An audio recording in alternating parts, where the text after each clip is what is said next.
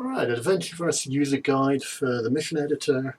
Let's have a look at quests now. So I've got an empty level on our lovely beach level here.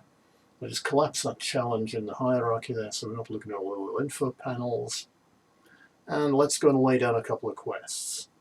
So they're all in the quests tab. We'll go through each of these individually in their own video, but for now I'm just going to do a very couple of simple defeat quests. I am going to call one of them Zombies. Just to give it a name, it's a good idea to rename these things. We'll select that and we'll have it spawn, you guessed it, some zombies. The other one I'll call Goblins and it will spawn some goblins. Yeah, we'll go into all the options available in the defeat quest video, but for now we just want to have a look at these and see how the quests work. So we've now got a couple of quests in our quest log for the player to do: defeat the zombies, defeat the goblins. And we can click either of them, and this little red arrow will guide us to it. Like if we go to defeat the goblins over here, bet have turned themselves invisible. Yes, they have. Tell you what, actually, I'll quickly demonstrate this blue button here. Allows you to skip a quest. This is editor mode only, a debug feature. Because, you know, having to beat up these goblins every time you want to test something later in the mission can become quite tedious. And you can see that when that happens, the quest red bar filled and then the quest faded away from our quest log. With these zombies, let's do one of them the honest way. And you can see we've now defeated 1 out of 4 zombies who were spawned there. Cool. So what sort of options do we have on these? Let's say we decide to make the zombies have to be defeated first, then you defeat the goblins. We can go to the goblins quest and make it hidden. And now when we reset, we just get to defeat the zombies quest. So we're going to need a way to unlock that. And what we can do is we can have a look at the zombies quest here. It's got a complete event on it. When that quest is completed, we can get that to unlock the goblins quest. Call a reset and close, back into the game, and here we go. We've got to defeat the zombies, come over here, we'll do that the quick way, and then defeat the goblins unlocks. And the goblins are all over here now, ready to be defeated, ready to be fought. So that's the hidden flag there. We've got the goblins one going at the moment. We'll just turn the guide arrow off. That's another option we have. That was zombies did that for. Select goblins, turn the guide arrow off. And if we do that, you can see we no longer have that little red arrow pointing us to the goblins. So you can decide whether you want to have a quest which is sort of tutorialized, you get led to the place where the thing has to happen, or does the player have to search around the map for it themselves in that way.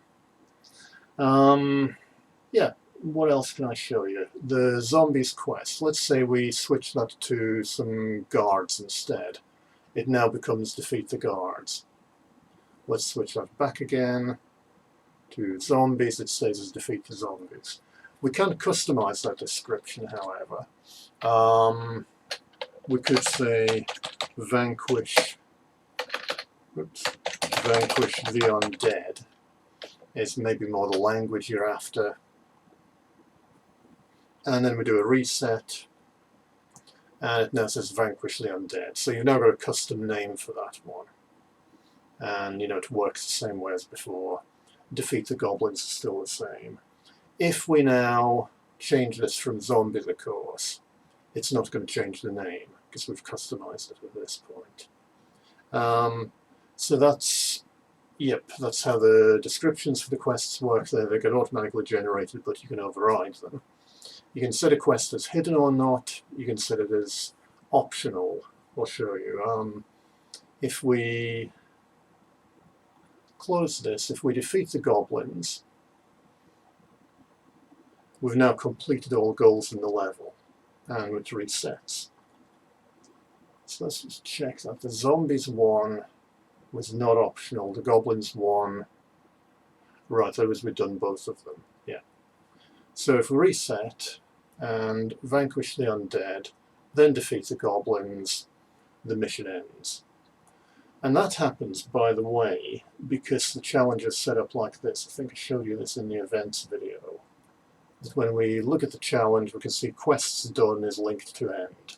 And quests done happens when all non-optional quests have been finished. So if we make the Goblins quest optional and reset, this is not a great example of how to do a level. As soon as we vanquish the undead, the mission ends. And we don't actually get to beat up those goblins. Last thing I'll show you here is the dialogue options that are available.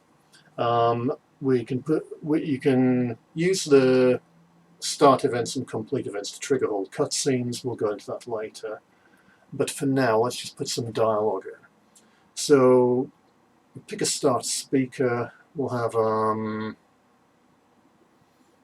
Betty Bruce is near the beginning in alphabetical order. Where's she got to? There.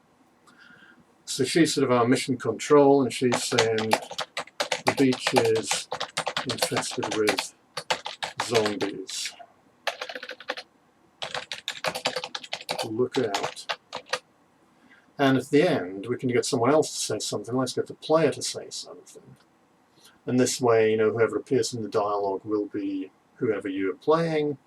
And they could say, that takes care of those undead creatures.